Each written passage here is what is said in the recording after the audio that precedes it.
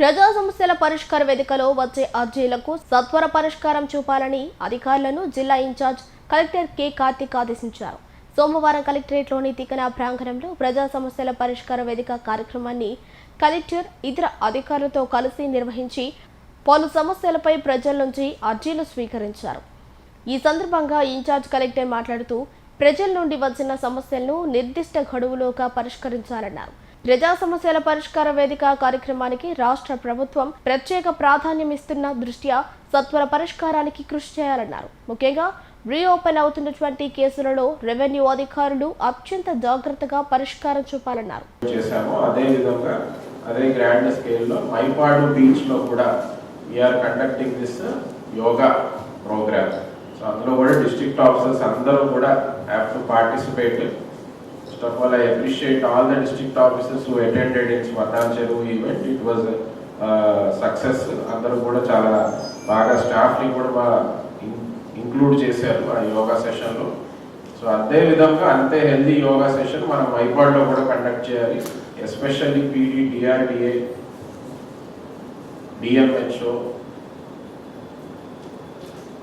PD MEPMA, so ఇలాగ staff మనం ఈ డిపార్ట్మెంట్స్లో మొబిలైజింగ్ పవర్ మనకి ఎక్కువ ఉంటుంది కాబట్టి మనం ఏ విధంగా అయితే స్వర్ణాంచల్లో చేసామో అంతకంటే ఇంకా బెటర్గా మైపాడు బీచ్లో మనం కండక్ట్ చేస్తున్న యోగా ప్రోగ్రామ్, యోగాంతర ప్రోగ్రామ్కి అందరూ కూడా హాజరయ్యి మీ స్టాఫ్ అందరినీ కూడా హాజరయ్యేలాగా చూసి అదేవిధంగా మనం పబ్లిక్ని కూడా మొబిలైజ్ చేయగలగాలి. సో దీనికి సంబంధించి మనకి nodal officer for third conduct చేస్తున్న యోగాంతర program nodal officer is district tourism officer. So district officers అందరూ కూడా మీరు ఎంతమంది స్టాఫ్ మొబిలైజ్ చేస్తున్నారు, మనం పబ్లిక్ని ఎంతమందిని మొబిలైజ్ చేస్తున్నాము అనేది డిస్ట్రిక్ట్ టూరిజం ఆఫీసర్కి ఈ రోజు రేపటి రోజు తెలిస్తే దాని విధంగా ప్రిపరేషన్స్ అనేది డిస్ట్రిక్ట్ టూరిజం ఆఫీసర్ కూడా చేసుకుంటారు. అదే అవగాహన, అదే awareness on banning the single use plastic through our department machinery, divisional స్థాయి, మండల స్థాయి, గ్రామ స్థాయిలో ఉన్న మన డిపార్ట్మెంట్ మిషనరీ ద్వారా ఈ సిగ్నల్ని మనం జూన్ 5th క్యారీ అవుట్ చేయాలి. ఒక మూమెంట్ లాగా రావాలి బ్యానింగ్ సింగిల్ యూజ్ ప్లాస్టిక్ అనే ఉద్దేశంతో ఇవాళ ఈ ట్రైనింగ్ సెషన్ అనేది కండక్ట్ చేస్తున్నాము. మన ప్లాస్టిక్ పొల్యూషన్ గురించి మనందరికీ తెలిసిందే. మనం ఈ ప్లాస్టిక్ని చాలా రకాలుగా అన్ని విధాలుగా కూడా మనం ఉపయోగిస్తాం. కాకపోతే డిస్పోజల్ మాత్రం మనం ఇండిస్క్రిమినేట్గా డ్రైన్స్లోను, అట్లాగే చెత్త గొప్పల్లోను, అట్లాగే మన ఇంట్లో వచ్చే సాలిడ్ వేస్ట్తో పాటు బయటికి పంపించేస్తాము.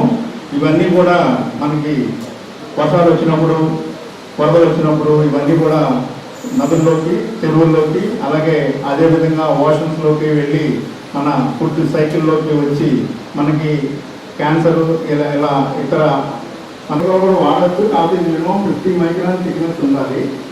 ఇది కూడా ప్లాస్టిక్, ఇది మాత్రం గుర్తుపెట్టుకోండి. ఇది కూడా బ్యాండ్, వీటి బదులు పేపర్ వాడుకోవాలి.